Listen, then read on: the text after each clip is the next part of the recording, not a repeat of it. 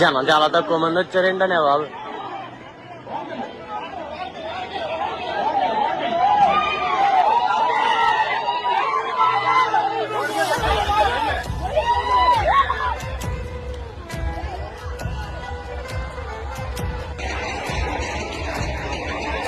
ఏందా జనం ఏందా కట్టేయండి.